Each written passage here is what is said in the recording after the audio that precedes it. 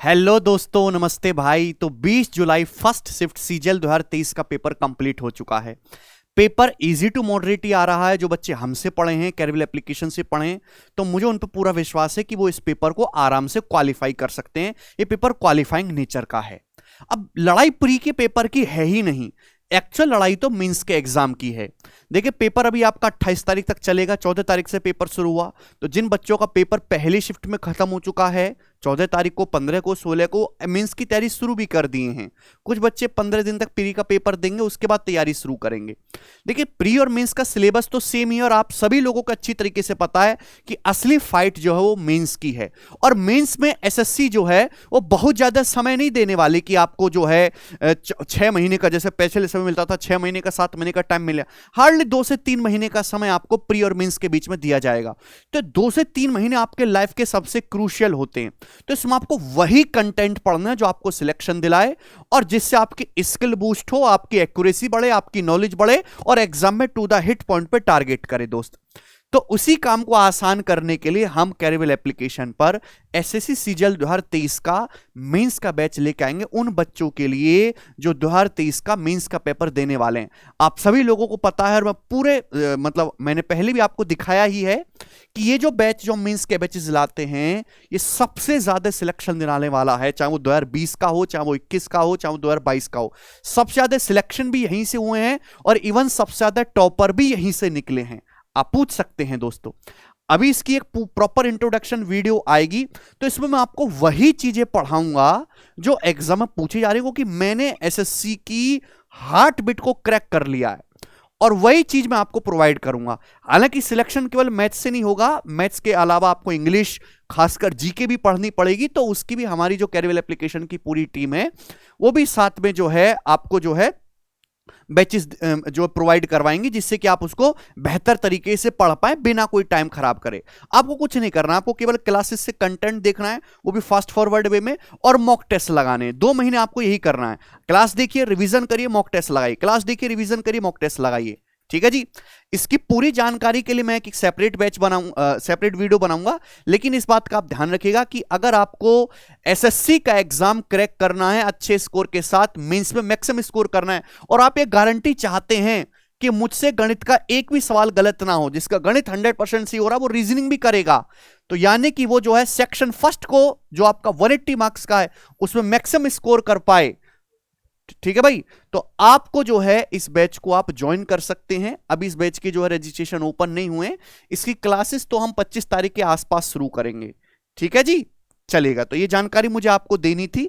अभी आप प्री के एग्जाम पे फोकस करिए। जिन बच्चों का हो चुका है वो रिवीजन करते रहिए अपने नोट से। ये बैच जो है आपके लिए बहुत जल्दी आएगा, मतलब सबसे ज्यादा सिलेक्शन दिलाने वाला बैच ये हमारा होगा।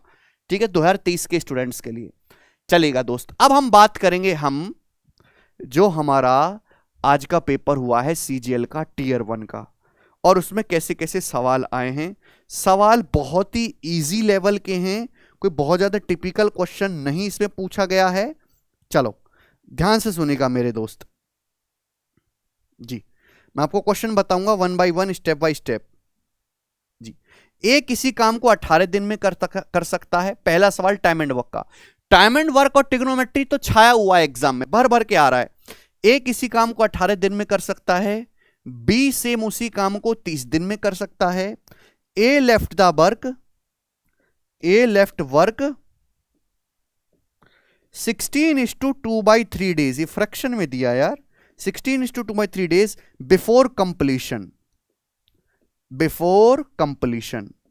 ए ने काम खत्म होने से 16 सही 2/3 दिन पहले काम को छोड़ दिया। तो आपसे पूछा है बी ने काम फिनिश किया, काम कितने दिन में हुआ, how many days a work, A ने कितने दिन काम किया, ए कितने दिन काम किया, ये आपसे पूछा है।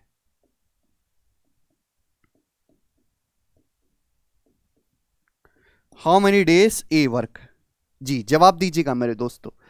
अब ध्यान से आपको समझने वाली बात है कि ए 18 दिन में कोई काम करता है मेरे दोस्तों, और बी पूरा काम 30 दिन में करता है। तुमने टोटल वर्क को मान लिया, इनका एलसीएम 90। तो ए की जो एफिशिएंसी है मेरे दोस्तों 5 और बी की एफिशिएंसी 3। तो सपोज काम यहां से होना शुरू हुआ, यहां पे जाके खत्म हुआ, ये आपका टोटल वर्क है 90 यूनिट। लेकिन एक ऐसा बंदा है जिसने काम खत्म होने से 16 सही 2/3 दिन पहले काम छोड़ दिया ए ने। भाई अगर ए आखिर के 16 सही 2/3 दिन में काम करता, 16 सही 2/3 दिन का मतलब होता है 50/3। अगर ए आखिर के 50/3 दिन में काम करता 5 एफिशिएंसी के साथ, तो भैया कितना काम एक्स्ट्रा होता है? तो आप कहोगे सर 90 की बजाय 250/3 यूनिट काम एक्स्ट्रा होता। और इस एक्स्ट्रा काम को कौन करते? इस एक्स्ट्रा काम को करते हमारे ए और बी दोनों लोग मिलके 8 एफिशिएंसी के साथ। आप बोलोगे हाँ जी सर बिल्कुल सही। तो कितना आएगा मेरे दोस्तों? ये 90 270 और 250 520। तो 520 बचे कितना हो जाएगा मेरे दोस्तों? 24 हो जाएगा। क्लियर? आप बोलोगे हाँ जी सर बिल्कुल सही। तो ये किससे चला जाएगा मेरे दोस्तों? ये चला जाएगा आपका 8 से। तो 8 चौक 48 और ये मेरे दोस्तों, और ये कितना बच जाएगा मेरे दोस्तों? 4 8 पंजे नहीं 8 6 48 सॉरी 65/3। यानी कि जो टोटल काम है वो 21 सही 2/3 दिन में हुआ है। टोटल वर्क जो है मेरे दोस्तों 21 सही 2/3 दिन में हुआ है। लेकिन आपसे पूछा नहीं कि टोटल काम कितने दिन में हुआ, आपसे पूछा ए ने कितने दिन काम किया। ठीक है भाई? आप बोलोगे हाँ जी सर बिल्कुल सही। तो भाई 21 सही 2/3 दिन में टोटल काम हुआ। ए काम खत्म होने से 16 सही 2/3 दिन पहले छोड़ के चला गया, यानी कि ए ने 5 दिन काम किया, 5 डेज। एक्स मान के भी सवाल को किया जा सकता था, बट मैंने आपको शिफ्टिंग से समझाया है कि कैसे करना है शिफ्टिंग से सवाल को। जी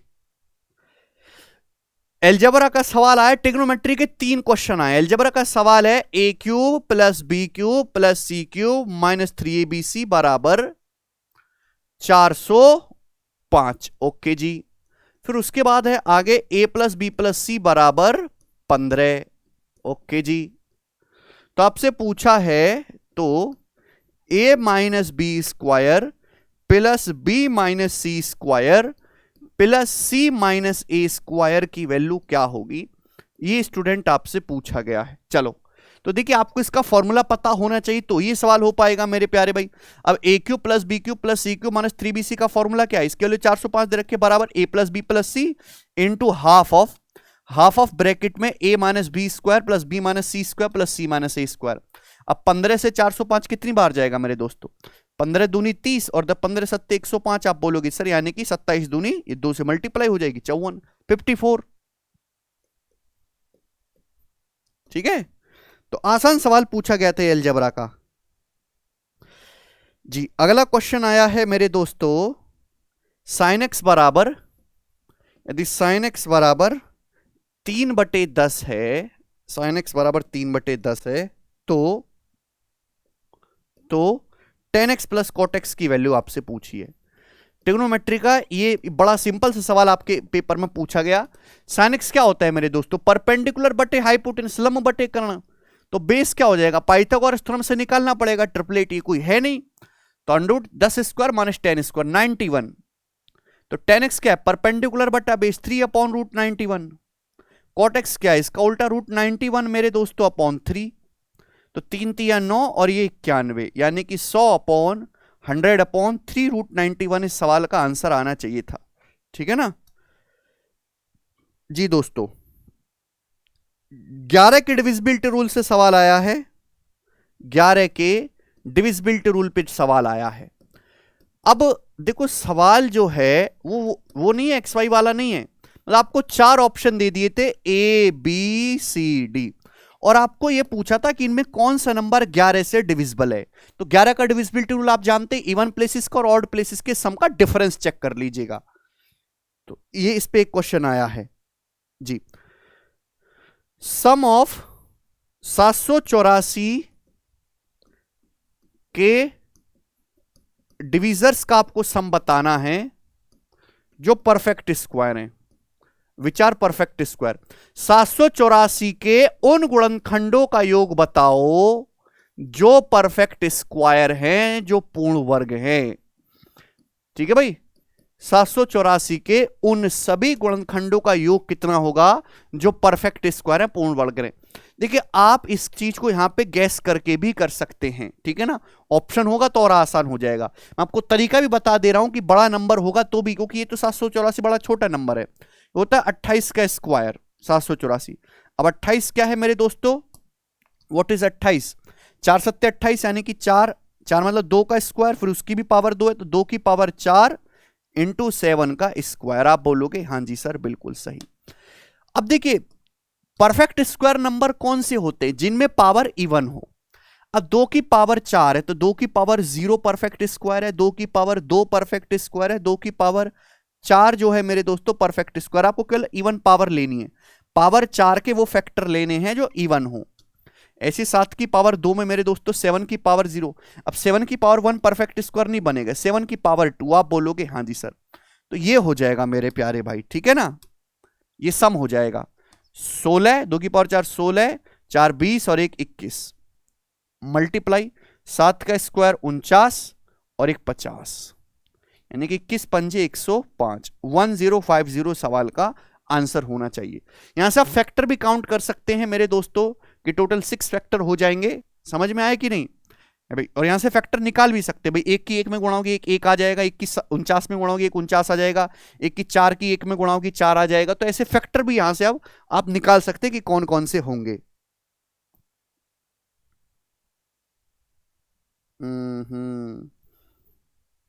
दो क्वेश्चन डीआई के आए थे, 2 क्वेश्चन यहां पे डीआई के आए हैं जी। सवाल है एक शहर की जो पॉपुलेशन है वो 18,000 है। City of population, sorry city of population नहीं, सिटी की पॉपुलेशन। एक शहर है, इस शहर की जो जनसंख्या है वो 18,000 है, ठीक है, कोई दिक्कत नहीं। अगले साल क्या होता है, मेल पॉपुलेशन 5% बढ़ जाती है। तो मेल पॉपुलेशन जो पुरुष है वो 5% बढ़ गए। अरे यार ठीक है ना, 5% आपके आदमी बढ़ गए। और फीमेल मेरे दोस्तों बढ़ जाती है, फीमेल पॉपुलेशन वो 7% बढ़ जाती है, 7%। अब जनसंख्या बढ़कर जो है मेरे दोस्तों 19,200 होगी। टोटल पॉपुलेशन बिकम्स, अब टोटल जो पॉपुलेशन है, आदमी बढ़ गए 5%, औरत बढ़ गई 7%, टोटल पॉपुलेशन बढ़ के 19,200 होगी। पॉपुलेशन बढ़ रही है, घट तो रही नहीं है। तो आपसे पूछा मेल फीमेल का रेशियो क्या है शहर में, मेल फीमेल का शहर में रेशियो कितना है, ये आपसे पूछा गया है। तो this is a question of allegation. भाई आदमी कितने बढ़े 5%, औरत कितनी बढ़ी 7%, ओवरऑल जनसंख्या कितनी बढ़ी भाई 18,000 थी, 19,200 होगी तो 1,200 बढ़ी है, 1,200 बढ़ गई कितने पर, 18,000 पर। समझ में, परसेंटेज में कितना इंटू 100% ये हो जाएगा। क्लियर है? आप बोलोगे हाँ सर। तो 6 से चला जाएगा मेरे दोस्तों, है भाई 6 से ये 20/3, 20/3% ओवरऑल जनसंख्या आपकी बढ़ी है। तो पूरे को हम 3 से मल्टीप्लाई कर देते, 15 हो जाएगा, ये 21 हो जाएगा, ये आपका 20 हो जाएगा।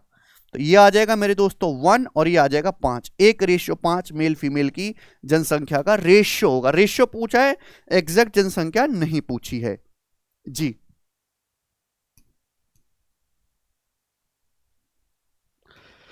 इसके बाद सवाल है भैया एक ट्रिग्नोमेट्री का सवाल आया है, sec square 90 degree minus X minus cot square X upon 2 sine square 35 degree plus sine square 55 degree. This was the question was asked of trigonometry. जी बच्चों देखो नीचे तो 1 बन गया, एंगल का सम 90 है, 35 और 55 90 है। आप बोलोगे हाँ सर अगर एंगल का सम 90 है तो साइन स्क्वायर भी 1 होता है, तो मेरे दोस्तों 2 हो जाएगा। ठीक है, नीचे तो 2 हो गया। ये सेक 90 माइनस एक्स क्या हो जाएगा, cosec x, cosec square x. अब cosec square x minus cot square x ऊपर 1 बन गया, तो 1/2 इस सवाल का आंसर हो जाएगा। ठीक है भाई साहब। एक सर्कल टेंजेंट से था, टेंजेंट का लेंथ है 12, सेंटर से पॉइंट पी की डिस्टेंस 13 है, तो सेंटर से टेंजेंट की लंबाई, ये टेंजेंट नहीं है ये कॉर्ड होगा। देखो मेरे दोस्त ये आपके पास एक सर्कल है, ठीक है बच्चों, ये सर्कल का सेंटर है। अब सर्कल की एक जीवा है मेरे प्यारे भाई, जीवा, ये सर्कल की कॉर्ड है, कॉर्ड ए बी। इस कॉर्ड ए बी की जो लंबाई है वो आपकी 12 सेंटीमीटर है। कितनी है, 12।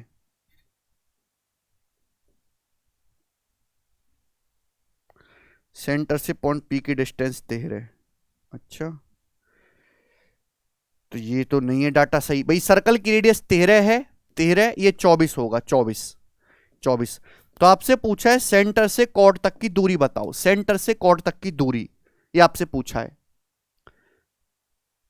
कि सेंटर से इस जीवा की दूरी, तो दूरी ये हो जाएगी, जब आप जानते हैं कि बाइसेक्ट करता है तो 24 का आधा 12, ये हो जाएगा 5, तो 5 इस सवाल का आंसर है। अब अगर ये सवाल टेंजेंट पे आया कि भाई एक टेंजेंट है, ये सर्कल का सेंटर है, सर्कल के बाहर से एक टेंजेंट खींची गई है, ये रही टेंजेंट पीटी, ठीक है, तो बोला है टेंजेंट की लंबाई 12 है, सेंटर से पॉइंट पी की डिस्टेंस 13 है, ये 13 है, ये टेंजेंट की लंबाई 12 है, तो पूछा होगा सर्कल की रेडियस, सर्कल की रेडियस, या फिर ये आ जाएगा, तो 90 के सामने 13 12, तो रेडियस यहां से 5 आ जाएगी, ठीक है, चलेगा। उसका length of arc A B thrice the radius of the circle, arc की जो लंबाई है मेरे दोस्तों रेडियस का 3 गुना है, सर्कल की रेडियस का 3 गुना है। तो आपसे पूछा area of sector O A B, sector का एरिया पूछा, ये आपके पास सर्कल है और ये मेरे दोस्तों ये सेक्टर हो गया ओ ए बी। भाई अगर मेरे दोस्तों इसकी रेडियस आर है तो जो है इसका जो आर्क है वो 3r है, 3 गुना है, एल जो है वो 3r है, तो इस सेक्टर का एरिया, एरिया निकालने का डायरेक्ट कंसेप्ट है मेरे दोस्तों half of length of arc into radius, ठीक है, लेंथ ऑफ आर्क यहाँ पे 3r दे रखा है, 3r गुणा आर, ये 3r स्क्वायर हो जाएगा। अब आर की कोई वैल्यू दी होगी तो यहां पे रख लेना, ठीक है, एंगल वेंगल निकालने की जरूरत यहां से नहीं पड़ती है। एक सवाल बोटन स्ट्रीम का आया है जी, ईयर 2 अमाउंट 8/7 ऑफ प्रिंसिपल, तो रेट पूछा था। सवाल है आपके साथ 2 साल का समय है, अमाउंट इज 8/7 ऑफ प्रिंसिपल, तो आपसे पूछा है रेट कितना है, सिंपल इंटरेस्ट पे मेरे दोस्तों 2 साल में अमाउंट जो है वो प्रिंसिपल का 8/7 गुना है, यानी कि मेरे दोस्तों 7 रुपए 8 रुपए बन गए, तो आपको ब्याज कितना मिला 1/7, 1/7 आपको ब्याज मिला, 7 रुपए पर 1 रुपए ब्याज मिला, कितने साल में 2 साल में, तो 1 साल में कितना ब्याज है 2, तो ब्याज की दर आ गई 1/14, यानी कि अप्रोक्स जो है वो 7.14% आ जाएगा ब्याज की दर, ठीक है जी, सिंपल इंटरेस्ट पे। 3:2:4 है, देन इन रेडियस 18√36 है, तो आपसे पूछा है फाइंड द रेडियस, क्या है ये हो गया एक आयताकार, एक क्यूबॉइड है, इसकी साइड 3 4 5 को पिघलाकर एक क्यूब बनाया जाता है जिसका डायगोनल 18√3 है, तो आपसे पूछा है इसकी साइड, तो एक क्यूबॉइड है घनाभ, क्यूबॉइड की साइड है 3 4 5 के रेशियो में, इसको पिघलाकर हमने एक क्यूब बना दिया, एक घन जिसका डायगोनल है 18√3, तो आपसे पूछा है इस क्यूबॉइड की साइड क्या है, तो केवल वॉल्यूम को बराबर रखना है। अब क्यूबॉइड का वॉल्यूम क्या होता है LBH, अगर ये 3x है लंबाई, ये 4x है, ये 5x है मेरे दोस्तों, तो 4 × 12 पंजे 60x क्यूब हो जाएगा। अब यहां से हर कोई जानता है कि अगर क्यूब का डायगोनल 18√3 है तो साइड क्या होगी 18, डायगोनल क्या होता है क्यूब का √3 है, तो यानी कि मेरे दोस्तों ये साइड 18 हो जाएगी क्यूब की, तो वॉल्यूम हो जाएगा 18 का क्यूब। अभी कट नहीं रहा मेरे दोस्तों, क्यूब रूट ले तो ले कैसे, 18 upon cube root of 60, X की वैल्यू आएगी, यहां से साइड निकल जाएंगी ये, ठीक है। एक्स एक टैंक को 120 घंटे में भर सकता है, एक्स जो है वो एक टैंक को 120 घंटे में भर सकता है, वाई जो वो खाली कर सकता है 54 घंटे में, वाई एक खाली करने वाला पाइप है जो 54 घंटे में खाली कर सकता है, तो आपसे पूछा है टैंक कितने समय में भर जाएगा, टैंक कभी भरेगा ही नहीं, खाली करने वाले पाइप की एफिशिएंसी ज्यादा है, जल्दी खाली कर रहा है तो टैंक कभी भरेगा ही नहीं, टैंक खाली होगा। सवाल ये होगा कि टैंक भरा भरा है, टैंक कितने समय में खाली हो जाएगा, तो 120 और 54 का एलसीएम मेरे दोस्तों कितना 1080 हो जाएगा, 12 निम्मा 108 मेरे दोस्तों, और 54 दूनी 108 20, तो भाई अगर पूरा टैंक की कैपेसिटी 1080 है पूरे टैंक की, ये 9 भरेगा ये 20 खाली करेगा, तो अल्टीमेटली 11 एफिशिएंसी के साथ खाली होगा 1080/11 घंटे में, ठीक है ना।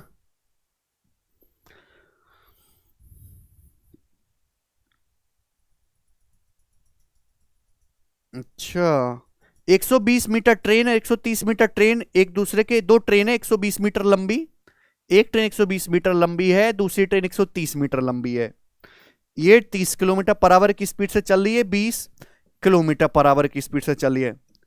Eight what time will it meet, कितने टाइम में एक दूसरे को क्रॉस करेंगे। टाइम बराबर distance upon relative speed, distance 250 हो गया, L1 plus L2, relative speed आ जाएगा 10, इसमें 10 किलोमीटर पर आवर को मीटर पर सेकंड में 5/18, तो 50 से 250 5 बार चला जाएगा, 5 गुणा 18 90 सेकंड, तो 90 सेकंड में दोनों ट्रेन एक दूसरे को क्रॉस करेंगी। बोट एंड स्टीम का एक सवाल है, एक सवाल बोट एंड स्टीम का आया है।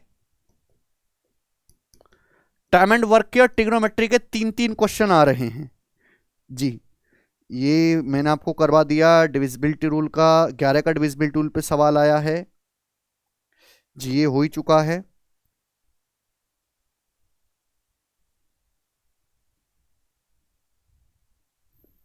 ओके, ये भी हो गया दोस्तों। अब यहाँ पे ये टाइम एंड वर्क वाला क्वेश्चन हो गया है, अलजेब्रा का सवाल हो गया है, ये भी डाटा इंटरप्रिटेशन के 2 सवाल आए हैं DI के, all animal to rabbit. 4 ratio, ये सवाल 4:3:2 में पैरट, रैबिट और डॉग हैं।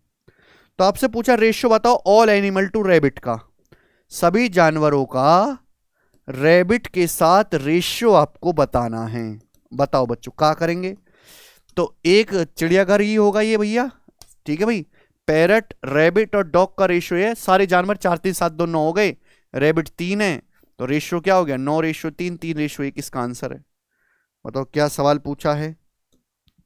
एवरेज का सवाल था। कुछ लड़कों का जो है एवरेज 24 है, 24 साल होगा, ये वजन तो हो नहीं सकता, इतने कहां सस्ते लड़के लाएंगे, 24 साल है। 4 लड़के नए आते हैं, 4 boys comes, average become 25, average जो है वो 25 हो जाता है। तो आपसे पूछा पहले लड़के कितने थे, सम लड़के कितने थे, ठीक है ना। 4 लड़कों का कुछ ना कुछ एवरेज दिया होगा, हो जाएगा सवाल ही वाला, ठीक है जी।